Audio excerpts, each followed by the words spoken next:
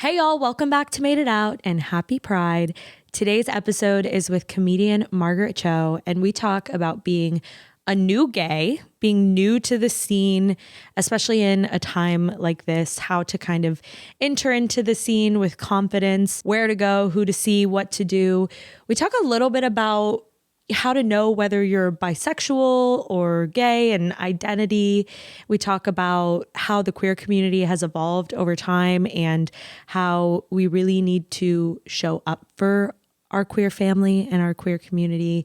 This episode is perfect for Pride Month, and I hope you all enjoy it.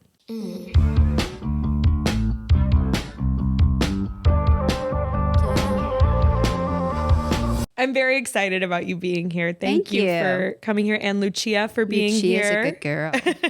This is releasing in Pride Month, and you and I talked yesterday. We had an interesting conversation on the phone.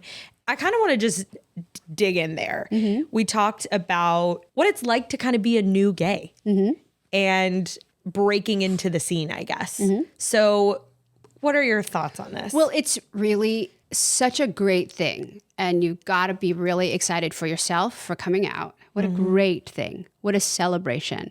And this year is going to be a very special Pride because we're going back to the roots of Pride, which is all about resistance. So this is a great year. If you're coming out and you're going to your first Pride as an out queer person, what a celebration. Yeah. So I have a different view on it because I was raised in the gay community. Like my first gay Pride was in 1978. Wow. Tell me about it. I went to Gay Pride in San Francisco. My parents owned a gay bookstore. And so I was in the middle of Harvey Milk just getting elected to city supervisor, which is a very big deal because he was the first openly gay city official ever in the world. It's really powerful. So I've been attending Gay Pride since the 70s. I grew up within the gay world. So for me, gay was always normalized. It was straight people that was weird. Mm-hmm. Like it was always like off. I love that. When people are straight. So as I am bisexual, when I later came out as bisexual, that was off. So for me, going into heteronormative spaces is very weird. Interesting. Like it's very, to me, that's like the new coming out in a way. Because gay was like normal. Like we didn't have McDonald's, we had hot and hunky burgers. Like everything was like drag. Everything was like queer coded ever since I was a child. So tell me why. What was your family like? How did they get into that business? They just wanted to have a place, like a literary kind of place where they had book signings and book readings, like a bookstore that was a center of an artistic community. And this gay store just became available. And my parents were like, okay, let's do it. Also, my dad loves male attention. He's very handsome. He still loves male attention. He loves when men fawn over him. They always did. So it's just something that he likes. I'm not exactly sure what that means, like about his story, but sure. They were always very comfortable around gay people. I'm presuming they're heterosexual. I think they are, but it's never ever kind of really come up. They've just always looked at gay people as being better than straight people. It's like a gay supremacy, which I think is really cool. Yeah, that's a very cool environment to grow up in. Yeah. But it's interesting how with the way you identify, that kind of almost was, it wasn't a hindrance, but it made it harder for you to come out in a sense, it sounds like. In a way, because they were like, always questioning any heteronormative qualities that I would have. They also are very old school gay and they don't believe in bisexuality. They don't think that it's a real thing. They don't think it's possible.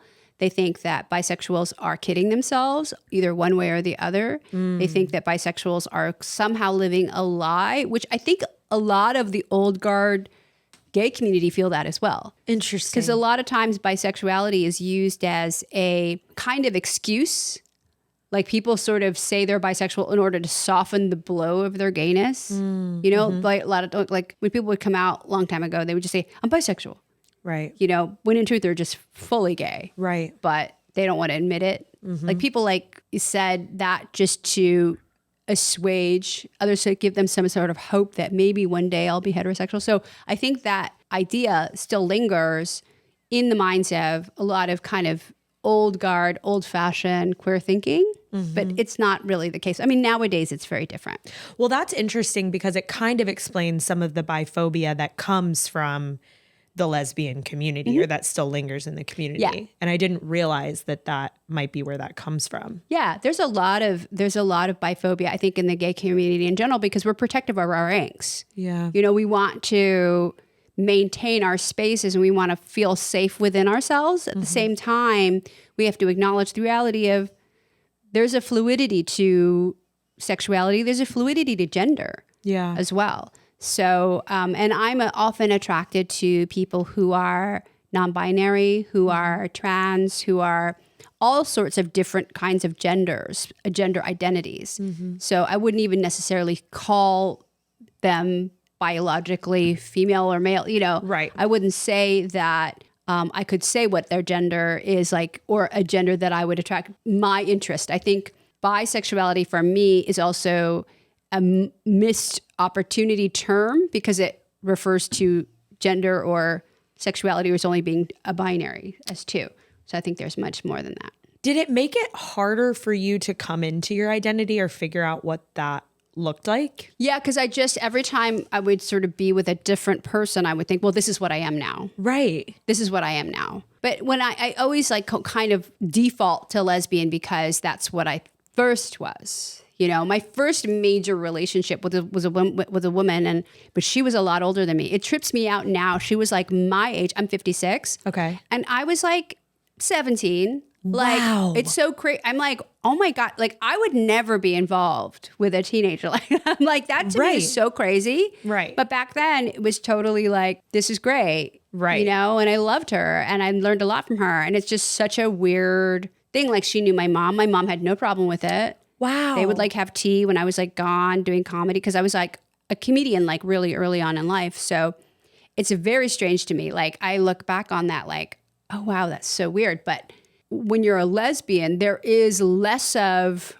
an idea of like those kind of taboos. Like an age gap for a lesbian relationship is never as negatively viewed, I think, as an age gap in a heterosexual relationship. Because whenever I see that, I'm like real freaked out with like a man who's 58. It feels more predatory for some reason. That feels more predatory. When it's a lesbian, it's kind of like Aunt Lydia.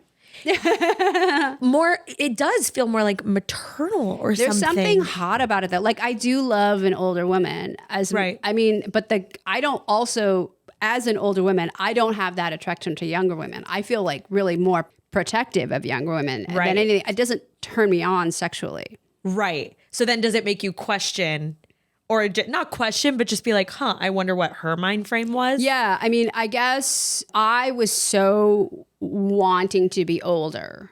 I was so determined to be grown. Yeah. Because I had left school and I had left sort of my life behind. So I was determined to be grown up. And I really wanted that. But at the same time, like, I'm like, that is so weird. Like, only just because I could never. Yeah. I'm like, I'm just not attracted to anybody like younger than 40. Right. Just not my speed. But I bring this up a lot on here, but I think we do get a lot of questions about people kind of in that space of figuring out, like, am I bi or am I gay? And it's interesting to talk to you with your background and how accepting it sounds like it was. I feel like you might have some good insight to this. And I think it's something that I don't question, but okay, so I grew up in the South where there was messaging about being straight and being gay that was very, it's in me, you know? And then when I came and I moved to LA, I just made the switch so quick. I was like, I'm gay. I've figured it out. That's why. And I never really gave myself that moment for like the am I bisexual?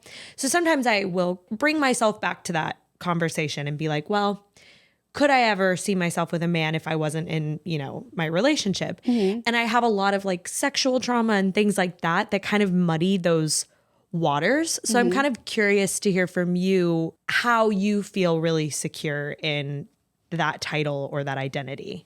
I think nowadays, like, I really take it person by person. And also now, because there are these emerging ideas about gender, so that makes me feel really like open to whatever gender expression is happening. Like, and I like that. Like, and I'm very comfortable with both biological female bodies and biological male bodies. So I think it's like, for me, it's more how the person their entirety draws me in, and then it's less about, because both turn me on in general. Right. If I find somebody attractive, I'm going to find them attractive, and so it's never about wondering which sort of would define me. Right.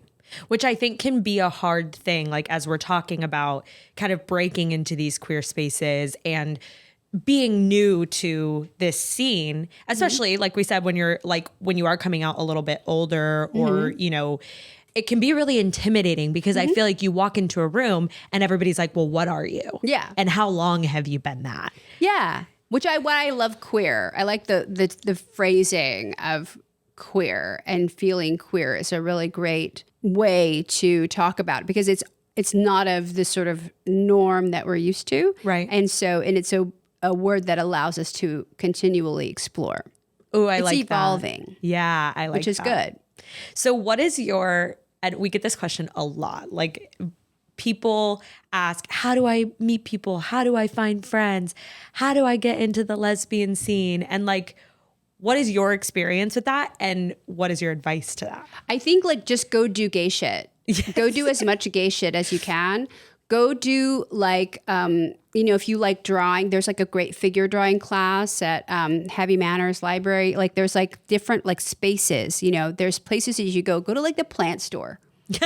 So fair. It's so lesbian. Like you just need to go to the plant store. You need to go buy some cactus. You need to buy some like really like aerated soil that's kind of half gravel, half volcanic ash. And then, like get into like pottery. Like, you just have to do a bunch of stuff there's like stuff that you make with your hands, or go do like classes, go out and do gay shit. Go to like a Lucy Dacus show. Yes. Go see people, go see like any gay show like and go by yourself. Like it's fun. Like I love to go to stuff by myself because I think it's really like, just bring some chewing gum, bring your phone, bring like whatever, and just bring your spirit. Yeah. And like go around and look at people and say hi. Yeah. And just like talk. Like it's such a great, big, beautiful world that we have access to so many things. Like, and you can just find them around. So this is like the best advice is just go do gay shit. Yeah. And you will find your gay happy. Like it's so perfect. Yeah. I actually really do believe this, that you just have to put yourself out there and be so open to new things. I was listening to this podcast the other day and they were talking about how we are missing human interaction because of how much we're looking down at our phone, that even like in an elevator, like an opportunity to smile at someone or make eye contact with someone, we like are missing these things nowadays. And so it is just like, if you have this mindset of like, I'm going to go to this concert and I'm not going to be in the corner on my phone, and I'm going to have my head up and I'm going to open myself to interaction and connection. Like, I think that is the first step to making it happen. Yeah. And I think other gay people are so desperate to connect too. Yeah, absolutely. That you'll find it. Yeah. You just go and just be open to whatever happens and, just go find it. And it's like, the more you do it, the more you'll find a sense of peace around it. Yeah. Like that it's not weird and it's not scary. Yeah. But yeah, I think it's just like, if you just take this Pride season, there's so many events happening, like little mini things, like at bars, at clubs, at different restaurants, at cafes or whatever, at bookstores or, whatever. There's like different things, and just keep your eyes open to it and join mailing lists and get on mailing lists for your favorite artists and find artists that are like them. So you have sort of an opportunity to sort of diversify like your taste. And, when you decide to come out, it comes with all this music and all this art and all this literature and all these movies and all these things that you can enjoy along with it. So it's a special time. Yeah, it is interesting that you say that. There's so many like subtle queer cues in like art and in movies. And it is interesting when you come out, you're like, oh, I get that now. Like I Yeah. see these little hints that artists were putting in, you know, certain paintings and things like that. And it is like, it is fun to now be able to engage in those things. Yeah. It's so special and so unique, and it's like a time for discovery. And so you can just see all the different things that are laid out for you. And now more than ever, I think art is so queer, especially music. So when you can go sort of like be listening to Chappell Roan, who's probably the most mainstream artist, who's just a very traditional lipstick lesbian. Yeah. Which is so great. So when you have somebody that like that in the top 40, there's going to be so much access now to music and art like that, because you'll see, okay, if you like this, you're going to like this and this, and so you're going to see all these other artists that you can also enjoy. Right. I also have been hearing so much lately, because I think we're just in such a time where everybody is like, well, what the fuck do we do? Like, what can we do? And hearing just like the resistance is joy, and like engaging in these things is what we can do. Yeah. And I think what you're saying, it's such an important message, because I think people think that they have to go out and be so political and so like, and you can, but Yeah, I mean, that what's political is being happy in an environment, in a world, in a country where the administration would rather you not. So the point is, to be political nowadays is just to be happy and comfortable in your skin and enjoying what's on offer as it's still available. We don't know how long it's going to be on offer. We don't know how long it's going to be available. I mean, they're trying to take away women's right to vote, basically. yeah. Like, this is sort of what we're up against. So if you're coming out now in this season, very difficult time, the best thing you can do is find ways to be happy. Yeah.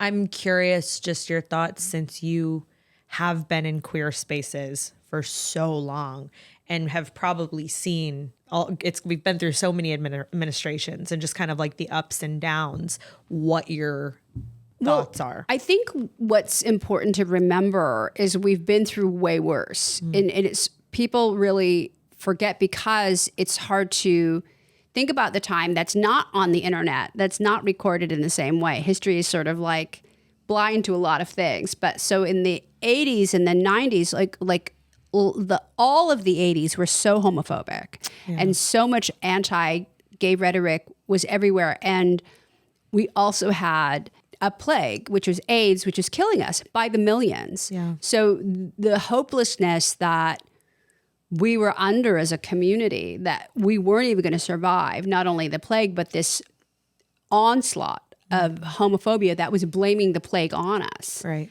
It was so devastating. You couldn't even imagine. I don't even think that like art from the time really captures it. Like when you see films or, you know, things about AIDS or any of the art around, I feel like the despair does not compare to the actual real life, what happened. It was just so awful, but we were able to come back from that, not only wiser, but also politically aware enough to fight the homophobia, but not only that, the incredible invisibility of the gay community, to finally having the Supreme Court recognize gay marriage. You know, that was such a triumph in a way that we could never have imagined in the 80s. So we have been through worse. It'll just take some time to overcome it. I mean, the brunt of it now is directed at the trans community, which is really horrifying, you know, and we have to fight it with whatever we can fight it with.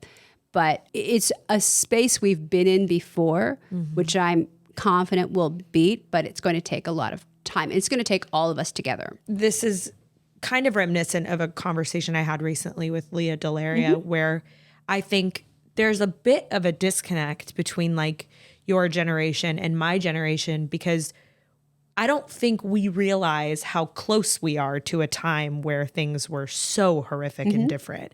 And I think the gap in experience makes our generation maybe a bit more complacent. I don't want to make sweeping generalizations, but I think it's just like harder to access the rage, you know, and I think we're all in a time where it's a little bit unbelievable. Yeah, like, it's so unbelievable. Wait, can this, are they going to take away gay marriage? Like, are they Yeah. going to take away women's right to vote? Yeah. Like, you know, and you're so like, and there's so much misinformation and disinformation. So Yeah. it can be like, I think a bit confusing, and I think a is. bit like, what do we do? So it is important and interesting to have these conversations. And I'm curious from a lesbian or from like a woman's lens, a bi woman, a queer woman's lens, what did the AIDS crisis feel like and look like to you? And I feel like gay men really have made strides to become, but I feel like lesbians have not made it there yet. So it's interesting, like progress wise or like visibility wise or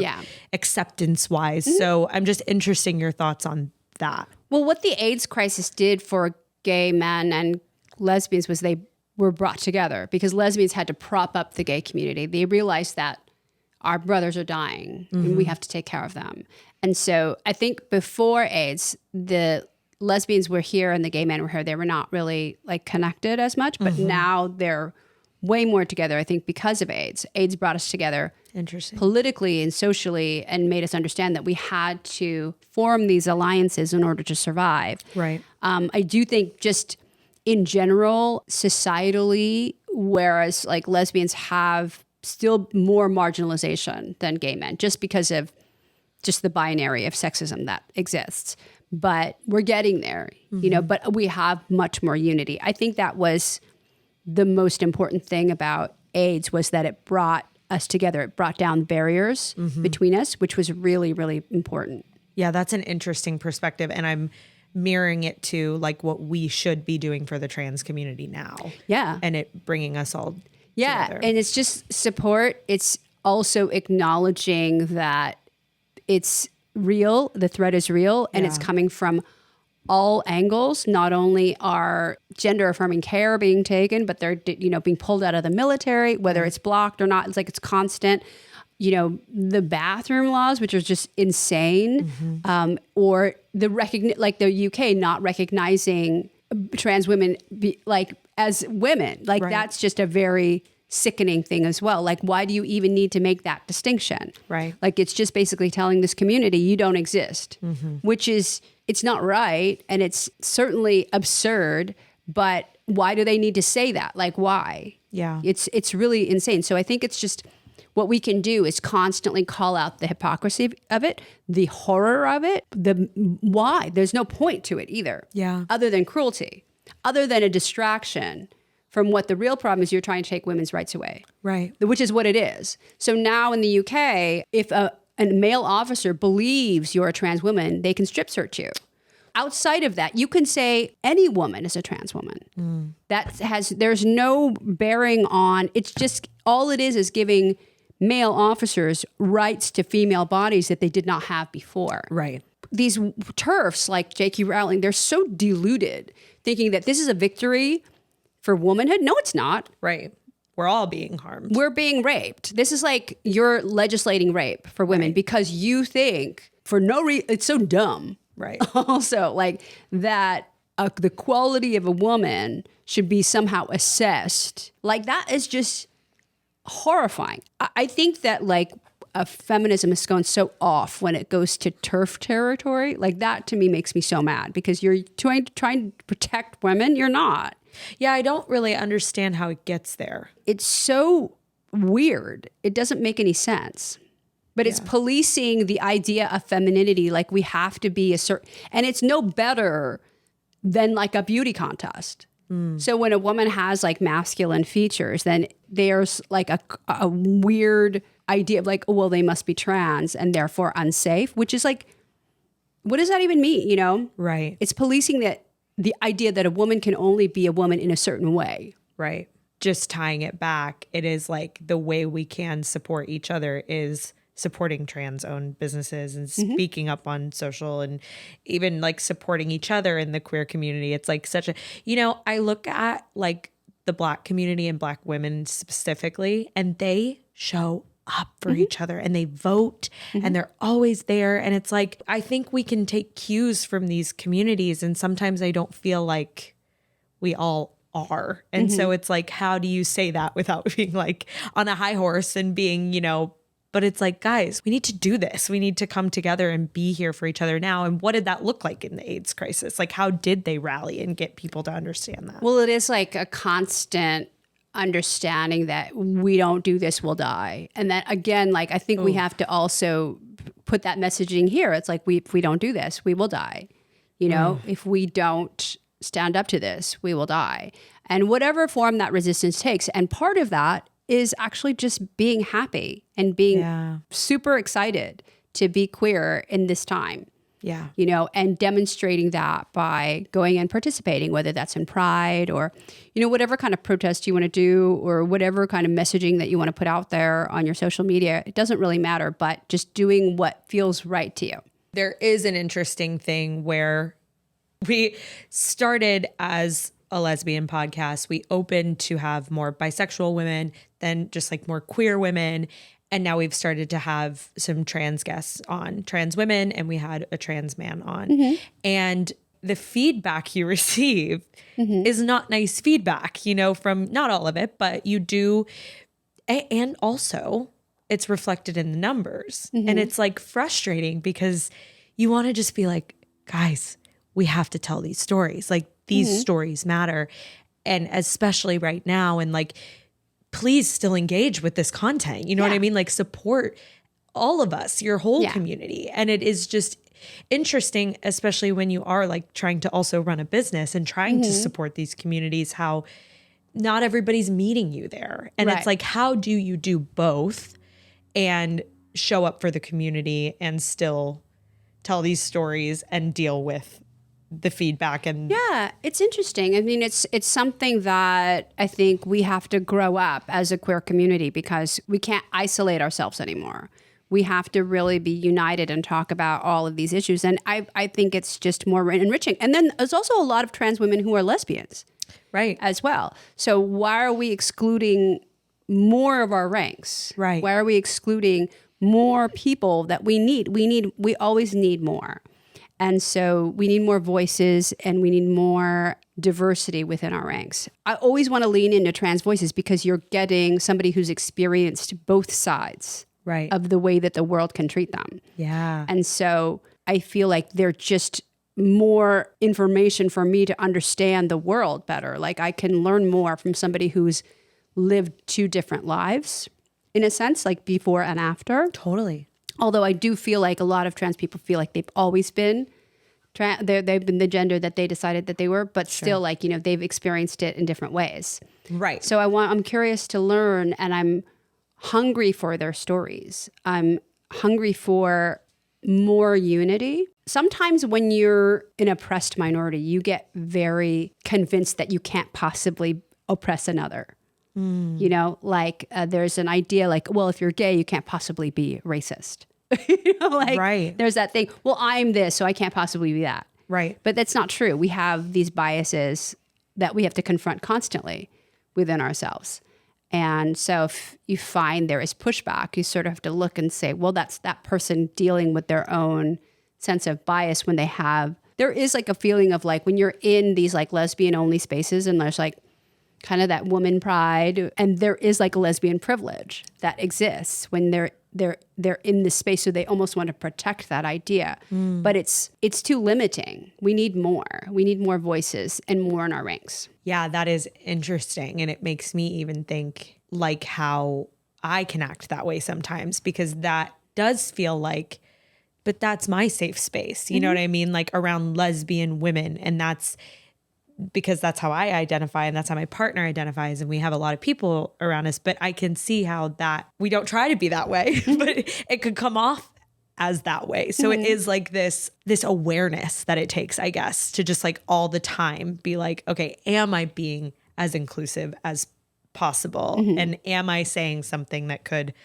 isolate someone without meaning to? And I think it's just everybody being a little bit more like that and like cautious. And, you know, I think that's when people are like, oh, the snowflakes and the this and the that. And that's they latch on. Yeah. Right. But it's like, no, like just maybe be a little more aware that everybody's different. Yeah, for sure. We have to unite because there is such an onslaught of like idiocy coming our way. You know, this whole administration and what he does every day, it's just so sickening. And so we have to let go of our differences because we have a larger war to fight. Right. And it's going to get, I think, a lot worse before it gets better. Yeah. I really, really appreciate the messaging in this. And I think it's going to help a lot of our audience members who have left some comments that are not very nice. So I really appreciate it. That's too bad. I think it's also to remember it's because people love you and they want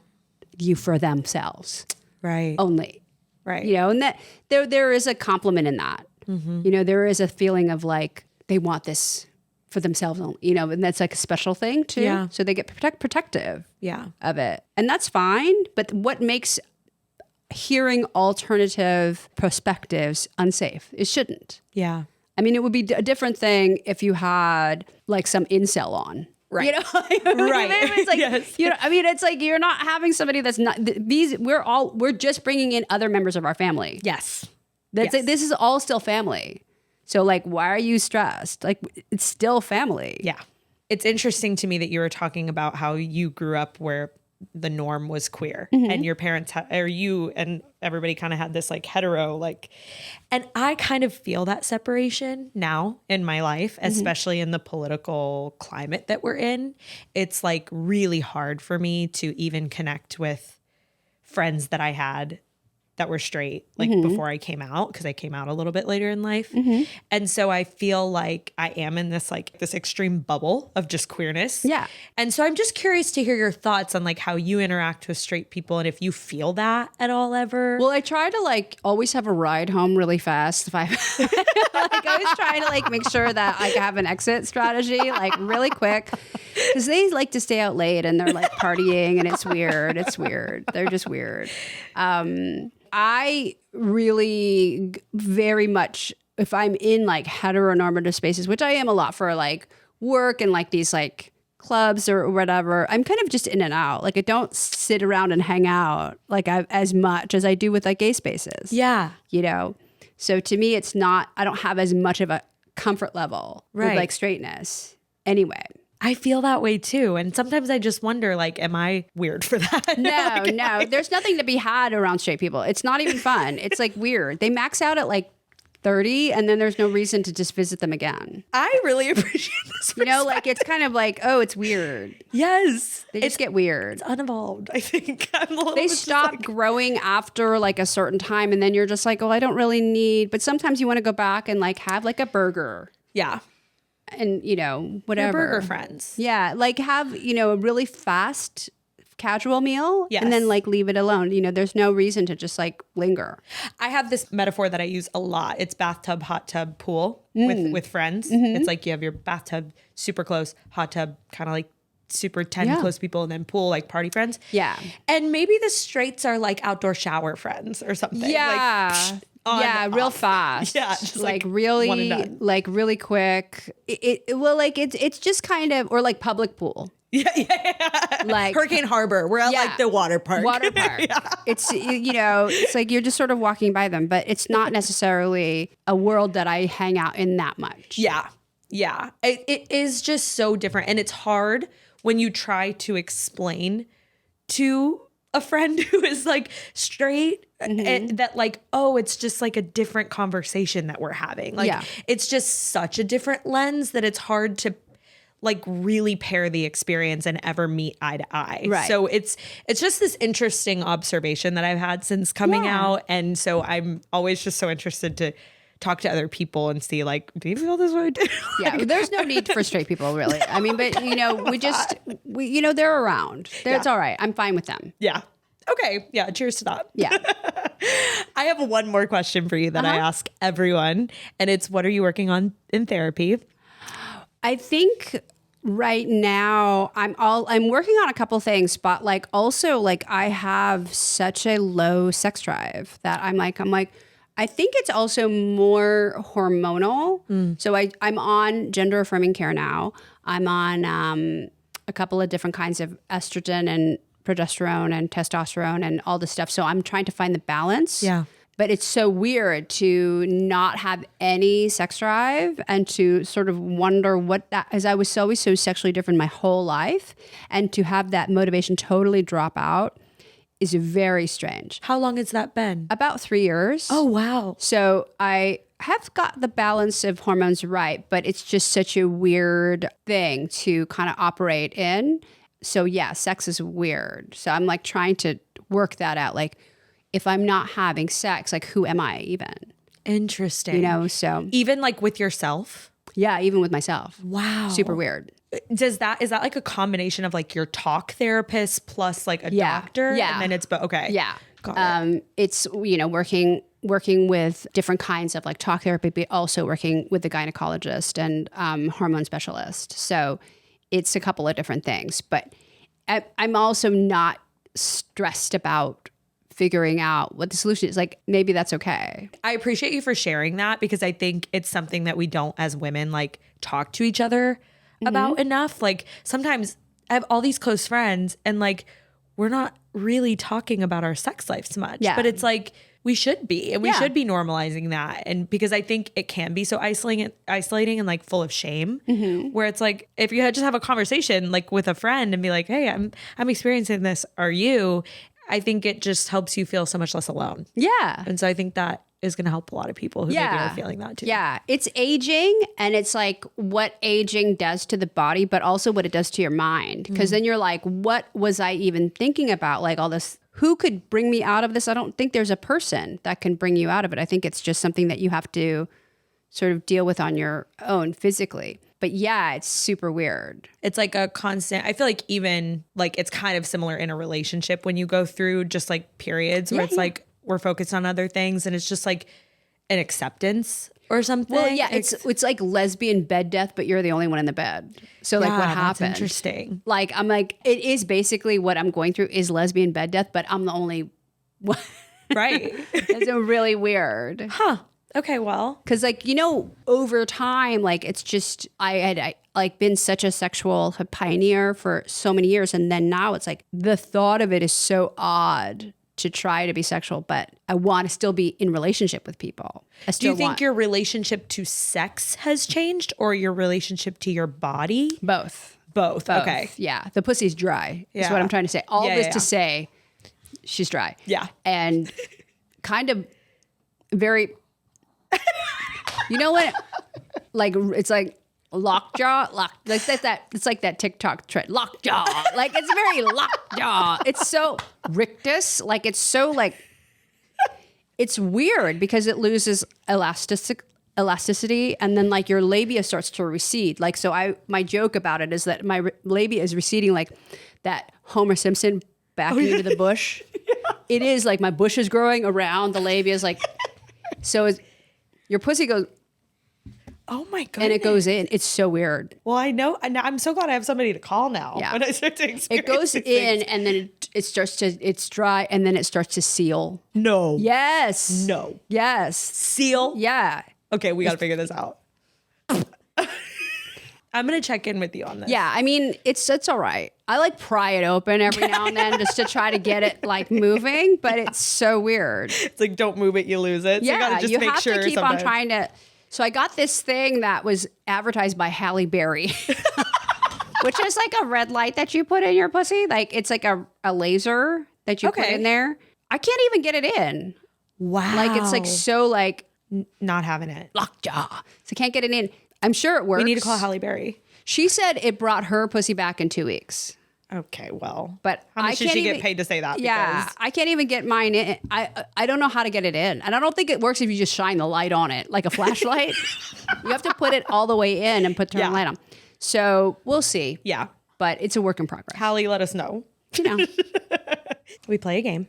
It's called UHaul or You Ghost. Okay. She's perfect in every way except for maybe this one little quirk. You go to the bathroom on your first date, and while you're in there, she texts you, "Are you pooping?" I mean, I think that's U-Haul because I think that's fine. I don't mind that. Like, I am really into talking about that kind of stuff. Like, it's a highly frequented topic in my household. Okay. Always. The way that it wouldn't be is if she didn't want me to poop in her house. Oh, like she meant it in a bad way. Like, in a way, like, oh, please don't do that. Like, you know what I mean? When sometimes people are weird about you pooping. I don't know. I guess I would be weird about somebody pooping in my house that I didn't know very well. I mean, if it was my girlfriend, it would be fine. Yeah. And it's most people, it's fine. I don't know. But if she was asking me not to. Yeah, okay. I feel like everybody has a poop story. I have so many. You do? I have so many. Okay, tell me your best one. I have a crazy one too. This one I was talking about the other day on my Instagram. I was listening to an SW. Okay. A full service SW, talking about weird requests. And she said that a man had asked her to poop into a condom and then freeze it and use it as a dildo. And I was trying to put myself in her position, and mine would not come out like a sausage. Mine would be like a boil-in bag. You know what I mean? Like, you know when you get macaroni and cheese and the sauce is in a packet? Like, it would be more like that. Yeah. So it would not be suitable for penetration. Right. Logistically complicated. Yeah. Okay. My poop story is a little different than that, although very interesting. And I'm so interested in all that kind of like people's kinks and like where that comes from and like why they have those things. So I just have a lot of questions about that. But mine is very different. I was commuting to work and I misjudged the time. Yeah. And I was very new to LA and I didn't know like where you could go to the bathroom. So I go to 3 different gas stations. At this point, I'm in tears. I'm like, I have to shit. And so I'm at a red light. I look over to my passenger seat. There's a Lululemon bag. I'm like, I'm just going to have to shit in this bag. Like a plastic one? Like, you know, the ones where you leave and they've got the little button on the top. It's like, it's a nice sturdy, like, Oh, thick you mean, bag. so it's what it is. It's like a recycled fiber. So there's like a waxy coating. Oh, Yes. that's better. Exactly. That's better. So Instead of like a paper. Yeah, no. And it wasn't plastic. It was good. It was like I was like, okay, this is feasible. Like a wax coating. And it was a casual day at work. So I was wearing leggings. So it's very simple. And fate, my coffee was really hot that morning. So I grabbed a rag to hold my cup. So I had everything I needed. Thank God. Yeah. Yeah. But I was just like driving to work with this bag of shit. Oh, then you just had the bag. And then I had to throw it away at work.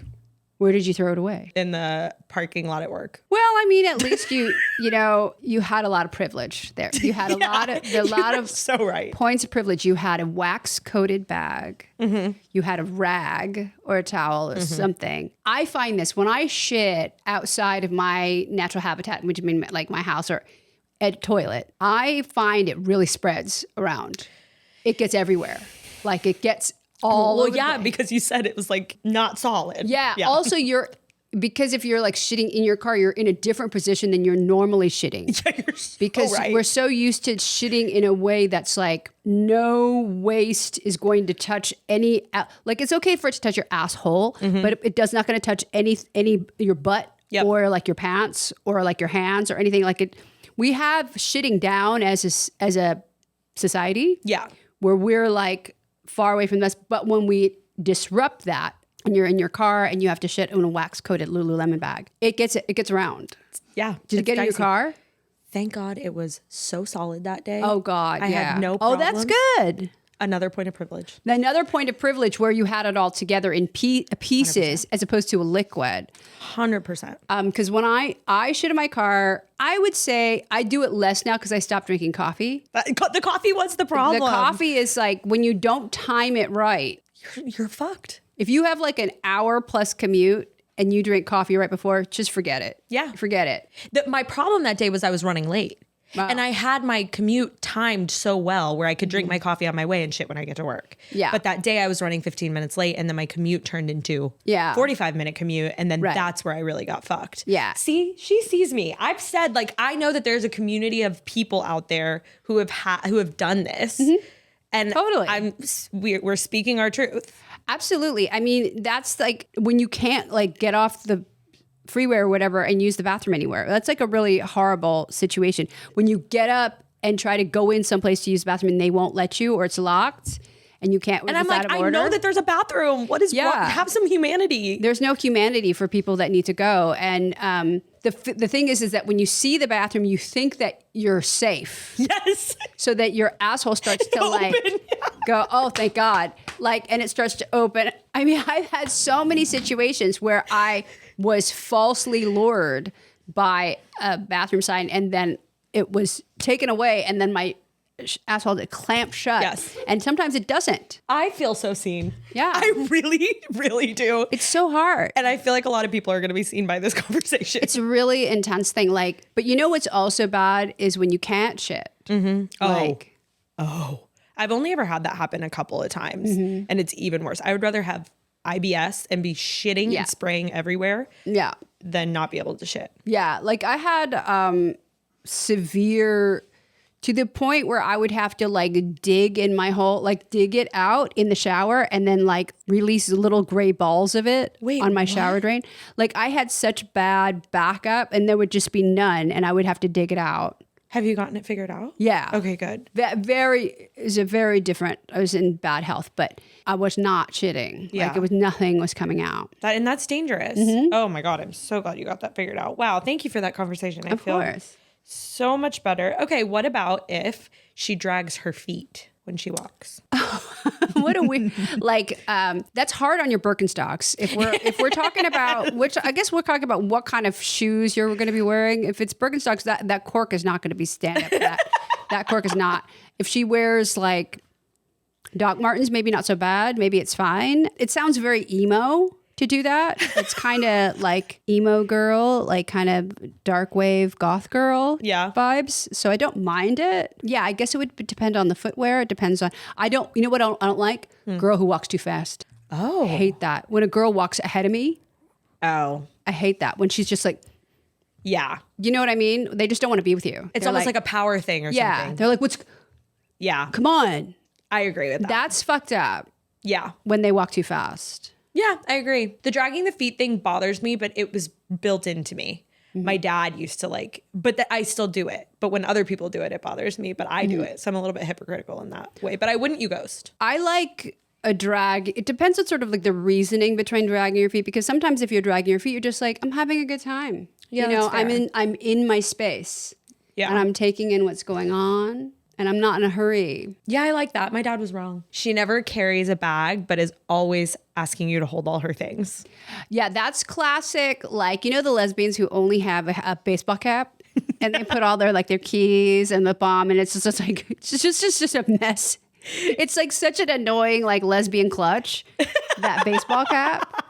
I think now it's sort of been replaced by the sling bag. Yeah. I think that now the sling bag has come into a sense of prominence. There's a lot less of that. Yeah. There's a lot less. Yeah, because sometimes you'll carry a sling bag and I don't hold as much of your stuff. Yeah. Yeah. So maybe that trope is kind of going away. It's not as bad as it used to be, but it was just the baseball cap thing. It's very 90s. So it's very funny. League of Our Own. I've never seen anybody carrying a baseball all cap their with shit their in a stuff baseball in it. cap. But that would be Very, very dykey. Can you tell people where to find you, what you're working on? I am working on a bunch of things. I have a new album out. It's called Lucky Gift. It's out streaming everywhere. And then I have my comedy tour, Live and Livid, that I'm doing also all over the place. You can find at margaretcho.com tickets. And my Instagram is Margaret_Cho. And my TikTok is the Margaret Cho. Thank you so much for being here. I really enjoyed talking to you. Thank y'all for listening to today's episode. As always, help us spread the gay agenda by writing an Apple review, rating us on Spotify, and sharing with everyone you've ever met. And if you haven't yet, join our subscription community, Made It In, for exclusive Made It Out media shows, content, and chat rooms at madeitout.supercast.com. Made It Out is produced by Matilde Jordan and worked on solely by lesbians. Staying up all night, talking but mostly fucking. She's my midnight snack. Oh, that's wonderful. Wow, you like it? I like it.